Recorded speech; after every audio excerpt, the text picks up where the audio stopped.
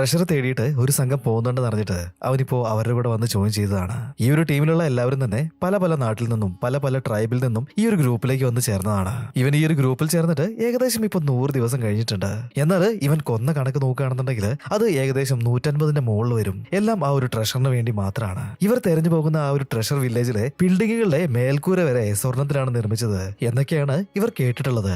ഈ ഒരു വില്ലേജിൽ എത്തുന്നതിന് വേണ്ടിയിട്ട് അവർ ഒരു കാട്ടിന്റെ ഉള്ളിൽ കൂടിയാണ് ട്രാവൽ ചെയ്തുകൊണ്ടിരുന്നത്. എന്നാൽ ഈ ഒരു കാടിന്റെ ഉള്ളില് ഒരുപാട് അപകടങ്ങൾ ഒളിച്ചിരിക്കുന്നുണ്ടായിരുന്നു. അതെല്ലാം തരണം ചെയ്ത് ഈ ഒരു ഗ്രാമത്തിലുണ്ടായിരുന്ന ഒരുപാട് ആളുകളെയും കൊല ചെയ്തിട്ടാണ് ഇവരെ മുന്നേറി പോയിക്കൊണ്ടിരിക്കുന്നത്. ഇപ്പോ ഇവരെ അയച്ചിട്ടുള്ളത് ആ ഒരു നാടിന്റെ രാജാവാണ്. ഇവർക്ക് കിട്ടുന്നതിൽ 5-1 പങ്ക് രാജ്യത്തിന് കൊടുക്കേണ്ടതായിട്ടുണ്ട്.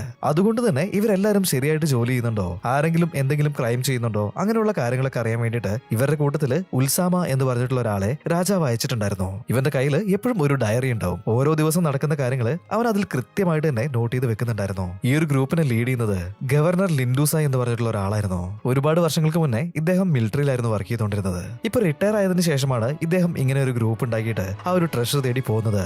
ഇയാളുടെ പേഴ്സണൽ ആയിട്ടുള്ള പല ആവശ്യങ്ങളും നിറവേറ്റുന്നതിനായിട്ട് ഒരു സെർവന്റ് അദ്ദേഹത്തിന്റെ കൂടെ എപ്പോഴും ഉണ്ടാവും. അദ്ദേഹം എന്ത് പറഞ്ഞാലും അത് കൃത്യമായിട്ട് അവൻ ചെയ്യുമായിരുന്നു. ജനറൽ ഈ ഒരു യാത്രയ്ക്ക് പോരുന്ന സമയത്ത് ബോറടിക്കാതിരിക്കാനായിട്ട് അദ്ദേഹത്തിന്റെ ഭാര്യയായിട്ടുള്ള അവളുടെ പേര് ഡോഫി എന്നാണ്. അവളെ കാണാനായിട്ട് വളരെ ഭംഗിയായിരുന്നു. അതുമാത്രമല്ല തീരെ പ്രായം ഉണ്ടായിരുന്നില്ല അവൾക്ക്. ഈ ഒരു ഗ്രൂപ്പിലുള്ള എല്ലാവരും തന്നെ അവളെ നോട്ടിട്ടുണ്ടായിരുന്നു.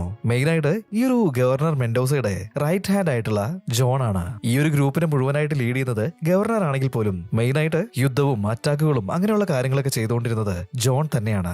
രാജാവ് നേരിട്ട് അപ്പോയിന്റ് ചെയ്തിട്ടുള്ള ഒരു ട്രൈബും ഇവരുടെ കൂടെ ഉണ്ടായിരുന്നു. ഈ ട്രൈബിന്റെ ലീഡർ ഒരുപാട് യുദ്ധങ്ങൾ കണ്ടിട്ടുള്ള വളരെ ധീരനായിട്ടുള്ള മറ്റൊരു ജനറൽ ആയിരുന്നു. ഇതേപോലെയുള്ള ഭയങ്കര റഫ് ആൻഡ് ടഫ് ആയിട്ടുള്ള ആളുകളായിരുന്നു ഈ ഒരു കൂട്ടത്തിൽ ഉണ്ടായിരുന്നത്. ഇവരിങ്ങനെ പോകുന്ന സമയത്ത് ആളുകൾക്ക് കറക്റ്റ് ആയിട്ട് കുമ്പസരിക്കാനും അങ്ങനെയുള്ള കാര്യങ്ങളൊക്കെ ചെയ്യാനായിട്ട് ഒരു പാസ്റ്ററിനെയും രാജാവ് ഇവരുടെ കൂടെ പറഞ്ഞയച്ചിട്ടുണ്ടായിരുന്നു. ഈ ഒരു പാസ്റ്റർ ആണെന്നുണ്ടെങ്കിൽ അദ്ദേഹത്തിന് തോന്നുന്നത് പോലെ ഓരോ ആളുകളെ ഇങ്ങനെ ഉപദ്രവിക്കാറുണ്ട്. എന്നാൽ ആർക്കും തന്നെ അത് ചോദ്യം ചെയ്യാനുള്ള അവകാശം ഉണ്ടായിരുന്നില്ല.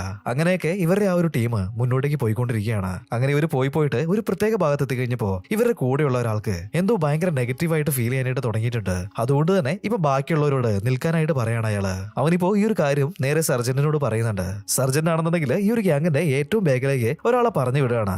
പുറകിൽ നിന്നും ആക്രമണങ്ങൾ ഉണ്ടായിട്ടുണ്ടെന്നുണ്ടെങ്കിൽ നേരത്തെ അറിയാനായിരുന്നു അദ്ദേഹം ഇങ്ങനെ ചെയ്തത്. എന്നാൽ ഇവൻ പുറകോട്ട് പോയ അതേ സമയത്ത് തന്നെ കാട്ടുവാസികള് അവന്റെ കഴുത്തില് ഒരു വള്ളി കുരുക്കിയിട്ട് അവനെ അവിടെ വെച്ച് തന്നെ തൂക്കി കൊന്നുകളയാണ്. പുറകിൽ പോയിട്ടുള്ള ഇവൻ മരിച്ചു എന്ന് അറിഞ്ഞിട്ടും അവര് ഒട്ടും ഭയമില്ലാതെ ഇപ്പൊ മുന്നോട്ട് തന്നെ പോവാണ്. അങ്ങനെ ഇവർ പോകുന്നതിന്റെ ഇടയില് തൊട്ട് മുന്നിലായിട്ട് ഒരു പുഴ മുറിച്ച് കിടക്കേണ്ടതായിട്ട് വരികയാണ്. ഈ ഒരു പുഴയ്ക്ക് എന്തോ ഒരു ആഴം ഉണ്ടെന്നോ അതിന്റെ ഉള്ളിൽ എന്തെങ്കിലും അപകടം ഉണ്ടെന്നോ ഒന്നും ഇവർക്ക് അറിയുന്നുണ്ടായിരുന്നില്ല. അതുകൊണ്ട് തന്നെ ഈ ഒരു കാര്യങ്ങളൊക്കെ മനസ്സിലാക്കാനായിട്ട് ഒരാളെ ആദ്യം ഈ ഒരു പുഴയിലേക്ക് ഇറക്കുകയാണ്. അവൻ ഈ ഒരു പുഴയിൽ ഇറങ്ങിയിട്ട് ഒരു 5 മിനിറ്റ് ആവുന്നതിന് മുന്നേ തന്നെ ഒരു മുതല വന്നിട്ട് അവനെ കടിച്ചു വലിച്ച് ആ ഒരു പുഴയുടെ